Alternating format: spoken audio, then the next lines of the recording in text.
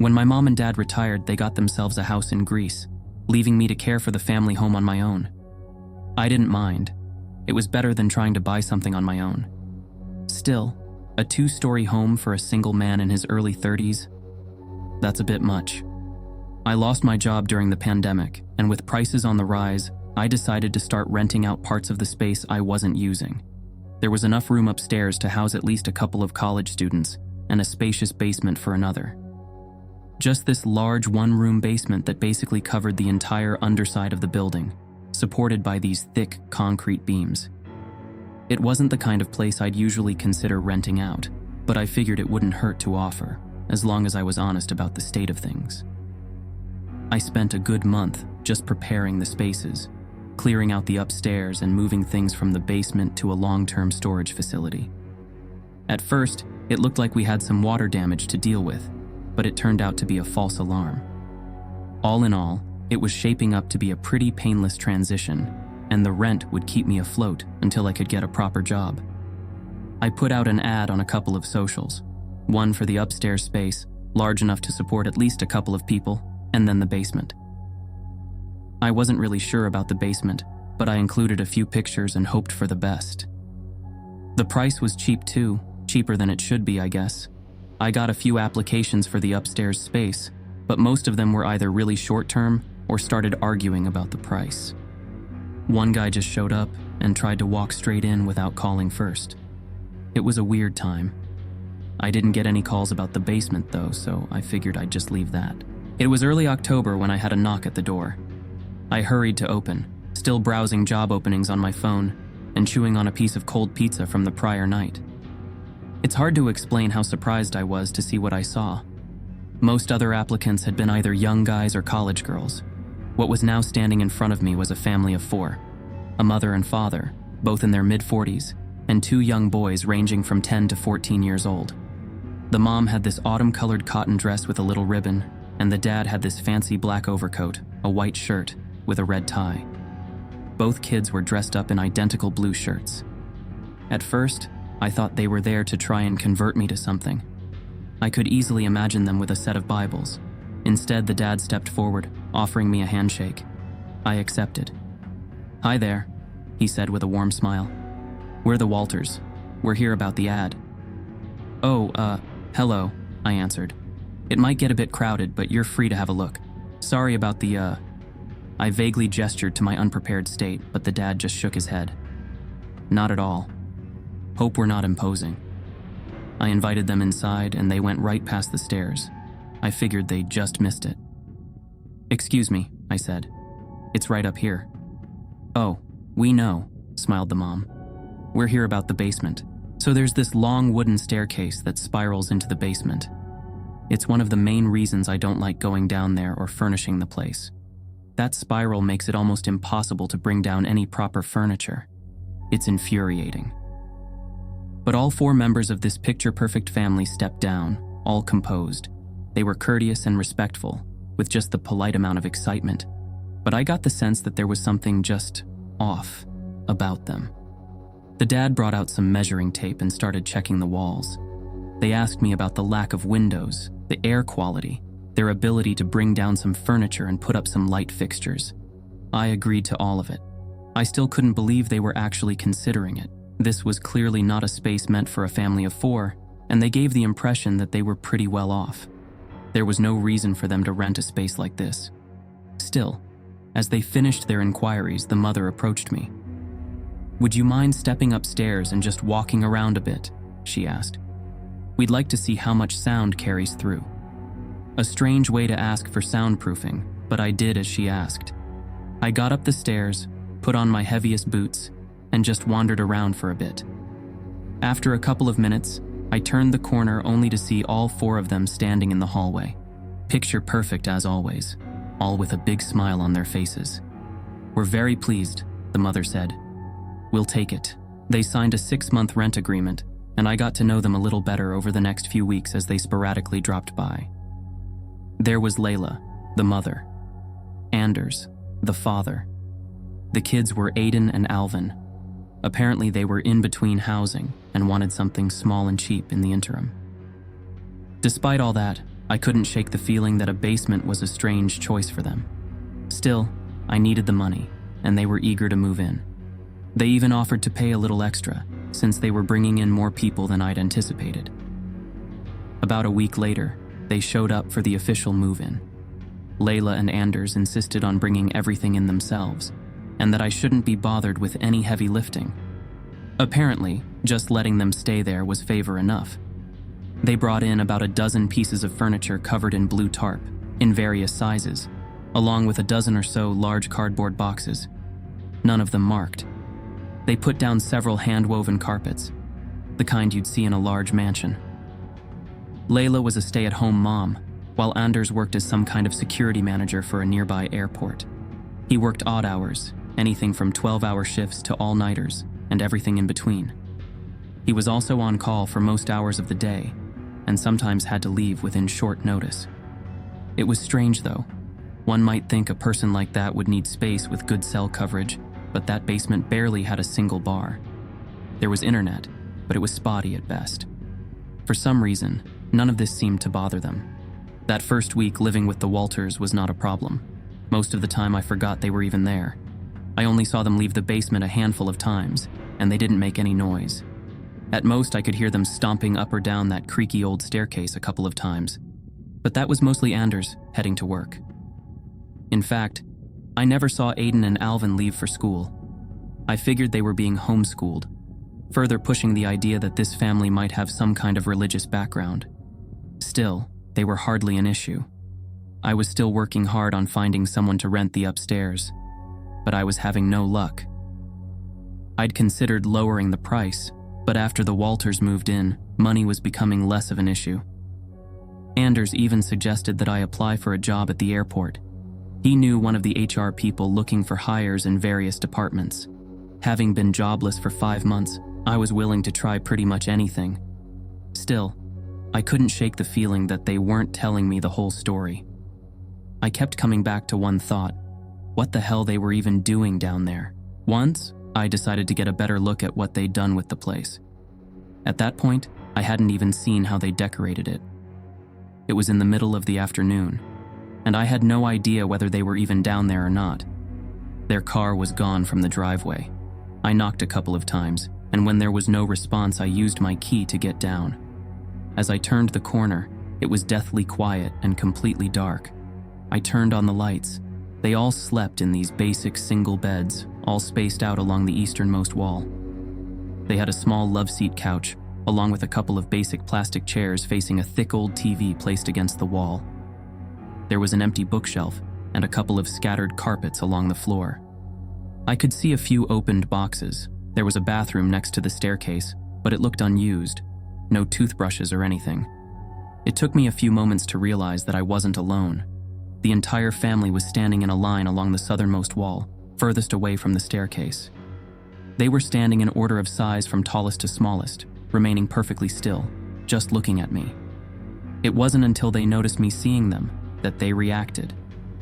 They all looked up at me, putting on a friendly smile. "Can we help you?" asked Layla. "I hope we didn't make too much noise," continued Anders. The kids just nodded, in unison. I took a good look at them, but I couldn't figure out what I was looking at. I had no explanation for their behavior. "Sorry, I was just gonna check the water pressure," I lied. I tried knocking. "That's all right," smiled Anders. "Go right ahead."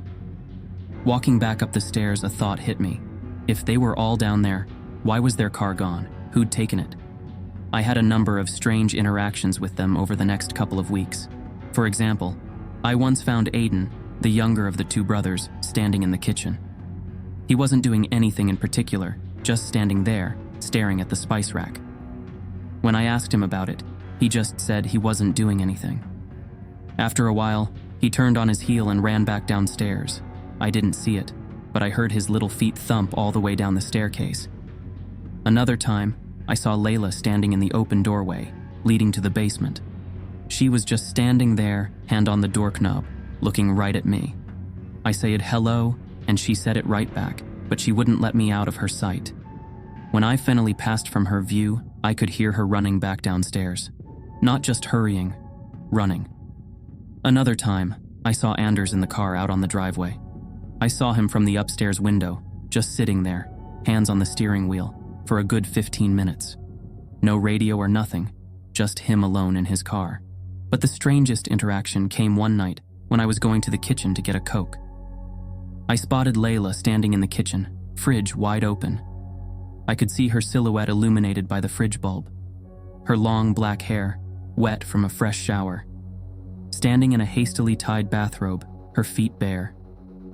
At first I didn't see anything strange. She was just standing there. She wasn't getting anything. It was more like she was bathing in the light. I thought about calling out to her, but something about her demeanor made me want to sneak back into my bedroom. Then I saw it. There was something wrong with her ear. Her left ear was about 3 inches higher up than her right one, without her bending her neck. Her scalp seemed lightly tilted, and there was something about the way she moved her fingers that didn't look natural. They pointed in different directions, like her hand was ever so slightly fractured. I just stayed there for a while, looking at her from a distance, watching her shoulders rise and fall as she took deep breaths, inhaling the cold.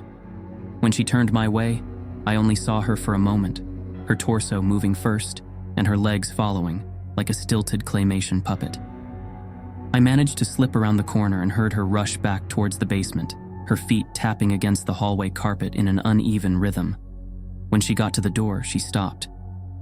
I was leaning against the wall, listening from the other room. I heard her step around for a bit. Then there was a snap, a popping limb, something finding its way back into a socket. Her steps resumed a natural pattern as she hurried downstairs. I just stayed there for a while, trying to keep calm. For all intents and purposes, I might have just been seeing her in a weird light. It was dark, and I was sleepy. And yet, I couldn't shake the feeling that there was something unnatural about her, that I'd seen something I wasn't supposed to. From that day forward, I got more suspicious. I didn't go into the hallway at night, and I did my best to avoid the basement door altogether. I tried my best to just put them out of my head. I went back to focus on getting a job and a second tenant for the upstairs space, both of which proved to be a challenge, but I was making progress. The TSA was hiring, not the most glamorous job, but it'd be solid work. There was a couple of college students who came by to check the upstairs floor, a young couple who needed a place to stay while they finished up their master's degrees. They seemed like solid people, and we got along just fine. They knew the place wasn't the most glamorous, but it was a neat, short-term solution while they finished up the upcoming semester. The only problem was the Walters family, who I had yet to introduce them to. I remember knocking on the basement door, having the young couple standing behind me expectantly. Alvin, the oldest of the brothers, chimed in with a cheerful, "Come in." As we stepped downstairs, the family of 4 was standing in a picture-perfect 2x2 formation. Mom and Dad in the back, 2 kids in the front, all dressed in their Sunday best, with a freshly printed smile across their faces. The whole scene was so absurd, like some kind of misplaced commercial from the 1950s. "Hello?" giggled Layla. "Aren't they the most handsome couple, Anders?" "They sure are, Layla. What do you think, kids?" And in unison, without skipping a beat, the kids answered, "They sure are handsome." For the next 20 seconds or so, this uncomfortable silence grew between us. The Walters just stood there, smiling at us, waiting for some kind of response. I wanted to say something, but I couldn't help but to feel that I was missing something obvious. Was Layla's eye color a bit different? Was Alvin's face a bit lopsided? Was Anders missing a finger? Or did he just stand in a weird angle? Maybe they'd been strange all along. Maybe it was only now that I was seeing it. When we finally parted ways, I followed the young couple outside. They both turned to me, their faces ashen. One of them just stuttered, but the other managed to form a few words. "We're not one to judge," she said, "but those people give me the creeps. You won't be seeing much of them. Yeah, see, that's my point. Who does that? What kind of family willingly lives in a basement? It's only a temporary measure. I assure you By then, the other chimed in. "What's with the boxes?" he asked. "What's in them?" "Personal keepsakes, clothes, that kind of stuff." "No, I mean, the box that moved, the blue one." The discussion died down and they said their goodbyes. I got the feeling that they wouldn't be returning anytime soon. Still, their words lingered in the back of my head. A box. That moved? Really? How'd I miss that? After countless sleepless nights, I decided to finally get some answers. I had to take a little risk and figure this out, once and for all. So one day I slipped a note under the door, informing them that we needed them to clear out the basement for one afternoon while a plumber did some repairs. I looked up a few plumbing things and referenced a real company, making it look all official and stuff. Later that day, Layla and Anders dropped by, holding hands, telling me that they'd be sure to be out for the day. "Maybe we'll go to the zoo," said Anders. "Don't you have work?" I asked. "It comes and goes," he laughed. "We're very fortunate." "Very fortunate," agreed Layla. "So very fortunate." At the designated time, the family was out of the building. They went for a drive in Anders' car, promising to return shortly. I told them it wouldn't take the plumber more than an hour. They seemed a little suspicious when they hadn't seen the actual plumber show up yet, and they let that suspicion hang in the air. Finally, I just straight up lied, giving them a fake name and asking whether they wanted me to call him. Layla didn't call my bluff, luckily, but as they pulled out of the driveway, I could tell I was sweating. I didn't even know what I feared, but my mind kept returning to that night when I'd seen her standing in the light of the fridge. I had no idea what they were hiding, or what they might do if I found out about it. But there was a part of me that just wanted to get into my car and drive, and another part of me telling me I was being silly. When they finally drove away, I wasted no time. I hurried downstairs, turned on the light, and started to go through their stuff. It was an invasion of privacy, probably illegal, but if I wanted to sleep soundly again, I had to have an idea about why they were being so weird. There were a lot of oddities about their space. For example, all their beds were perfectly made, like no one had slept in them. Most of the couches and surfaces were covered in dust. I could tell the TV hadn't been turned on in a long time. It wasn't even plugged in. There were no phones or phone chargers, no laptops or desktop computers, just a bunch of boxes and underutilized furniture. I did find a Polaroid camera though, at least 30 years old. I started checking their boxes, just clothes it seemed. All variations of what I'd already seen, identical sets of shirts, pants, dresses, and shoes. At least 4 boxes worth. One box was just full of accessories like earrings, necklaces, glasses, hairspray, and fake nails. Another was full of decorations and knickknacks, porcelain dogs, family photos, dried sunflowers and roses, both with strange colors and fancy vases. I took my time, carefully placing everything back the way I found it. It was odd, but nothing incriminating or downright unnatural. Still, I remember what that couple had said about a box that moved. I couldn't see anything like it. That is, until I turned to leave. Right by the side of the stairs, resting next to the pristine bathroom, was a large blue styrofoam cooler. It was the kind of thing that kind of blended into the background, like it had always been there. Still, I could clearly remember not owning one of those things. It looked old and torn, like it had been around for years. And maybe I was imagining things, but it looked like it was moving, pulsing, pressing against the surface, making little plastic squeals. There was a sound coming from it, like a low guttural growl pushed through a thin pipe, a sharp, rhythmic noise. It made the cooler rattle and shake, ever so slightly. I froze, hoping it would quiet down. I held my breath and waited for it to settle. I slowly stepped back up the stairs.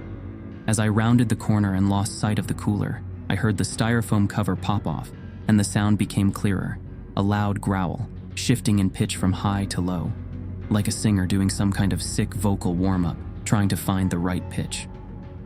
Then something hit the floor with a painful yelp. I stopped dead in my tracks, trying to identify the sound. It was like a cross between a dog and some kind of fox, a sharp, screeching tone. Then, it scrambled to its feet. I could hear claws and paws scratch the floor, and something was coming my way. Fast. There was something in me that told me to run. I hurried up the stairs, only looking back for a short glimpse as I shut the door behind me. I only saw it for a moment. Something black, with a single eye reflecting back at me. Its skin tight and misplaced across the skull. teeth pointing in all directions, in seemingly random sizes, black drool dripping off an elongated tongue. A thing, wearing the cheap suit of a black dog. As I slammed the door shut, I could hear a car pull up on the driveway. It had been less than 30 minutes. Maybe they had planned to catch me in the act. I heard them come in and head straight for the basement. Meanwhile, I was in the other room, throwing together a small bag of clothes and a toothbrush. The moment I heard the basement door shut, I headed for my car. The moment I got in the car, I saw them step out of the house. They all stood there in the driveway, just looking at me. And right next to them was a beautiful black Labrador, happily wagging its tail. I didn't say a word, I just drove. I had to get some space between us and figure out what the hell I wanted to do. I wanted to go to the police, but there was no way to explain what I'd seen. What could they even do? Kick them out for having a dog? There was even a clause in the rental agreement that allowed them a pet. I had nothing to go on. I decided to spend the night at a motel just outside of town. I needed time to think and sleep without having the threat of something strange living under my feet. I couldn't get that image out of my head. That black thing in a dog suit. Like something trying to remember what a dog looked and sounded like in real time. I checked in at the motel and got a room on the first floor. I crawled into bed, put the TV on, and surfed a bit on my phone. I could feel myself relax for the first time in weeks. But every time I thought about that house and that family, I could feel my pulse stagger. I remember a tap on the door. I must have dozed off. I hadn't turned the TV off or brushed my teeth. I just woke up with this sour feeling in my stomach, that something was terribly wrong. I had closed the curtains, so I couldn't see who it was. I thought about hiding under the bed or locking myself in the bathroom. My thoughts raced, but I tried to temper them with rational what-ifs. Maybe it was just housekeeping or a concerned manager. Then the knock came again, this time with a voice. "Mister," said Alvin Walters, "Mom wants to talk to you." I didn't answer. For a few seconds, I carefully stepped out of bed, trying my best not to make any noise. "Mom wants to talk to you," he repeated. "It's urgent." There was no way they didn't know I was in there. They knew, and they wanted something. And whatever it was, I didn't want to find out. I sneaked to the back of the room as the doorknob started to rattle. I could hear Alvin again. This time, his voice shrunk to threatening lows, like the dark growl of an adult or elderly man. "Mom wants to talk to you." I pulled open the curtains to a window facing the back of the building. I figured I could climb out the window, but as soon as those curtains opened, my heart skipped a beat. Right there was Anders, the father himself, just inches from the window, standing straight with his neatly tucked shirt, illuminated by the sharp light of the single TV screen. An ever-courteous smile cemented on his face. He tapped the window. "Would you mind opening up?" he asked. "It won't take long." Again, I looked a little closer, and again I could see little details that were just off. A slight droop of the lip that hadn't been there the day before. One eye pulled lower than the other, his hairline further forward than usual, like he'd rushed himself to look like a person. Another knock at the door, another knock at the window, voices from the front and the back. Hell, maybe even room next door. Little voices, big voices, broken voices. "We just want to clear some things up. Mom wants to talk. It's not what you think." I had to make a break for it, but for that, I needed to decide where to go. So I pulled the front curtains aside to see how many of them were waiting up front. All 5 of them were standing out front. Mom, Dad, kids, and dog. I looked back, as if trying to convince myself I was sane. There were 2 dads, and none of them looked right. Further down the street, in their car, I spotted 2 more kids identical to Aiden and Alvin, both with little quirks, like they weren't fully formed yet. A loose jaw, a strange eye. One of them had a wide bald spot. Stepping out of the motel manager's office, I saw another Layla. This one with a deflated arm and a paralyzed face. I was surrounded. I held up my phone like a weapon. "I'm calling the police," I yelled. "Get away from me." "That'd be inconvenient," said Anders. "And you'd be dead," added Aiden. "Long dead," chuckled Alvin, his voice not tuned right. The doorknob rattled again, more forceful this time. I could feel my pulse rising, my breath growing short. I looked back and forth, seeing Anders at the back window trying to figure out the lock. Only now did I see that one of his fingers were nothing but bone. "How about a trade?" suggested Layla. "Something for everyone. Go inside that bathroom of yours, grab a piece of tissue and chew on it, then drop it out the window." What? I couldn't understand what I was hearing. It's like the words were there, but didn't make any sense to me. "We're gonna need a new suit," said Layla. "You will do. You're not wearing me." "Oh, we'll leave you alone. And you'll leave us alone. Because if you don't, people that look like you are gonna start doing some terrible things. Aren't they, Anders?" "Oh, they are, Layla," said an Anders. "Terrible, terrible things.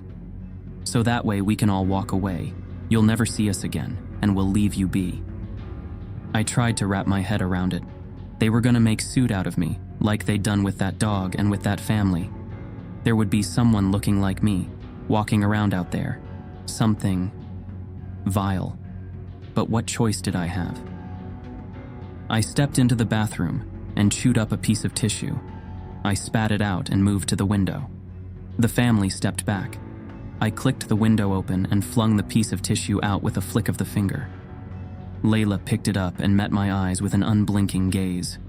With one clench of the fist, she grabbed the top of her head and pulled. Her entire face lurched backwards, her lower lip reaching all the way to her eyebrows. Underneath was just this black sludge, covering what looked like a deformed skull. She was like a walking oil slick, completely midnight black and slick as water. She pushed the piece of tissue inside herself before pulling her face back down. It took her a few seconds to realign, but she just couldn't get it to look right. She coughed a little. She waited. She nodded. And when she looked back at me, she did so with my own eyes. Speaking with my own tongue. "Thank you," I heard myself say.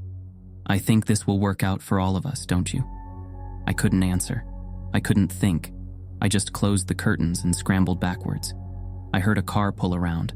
I heard rustling in the bushes out back. And from afar, I could hear my own voice a final time.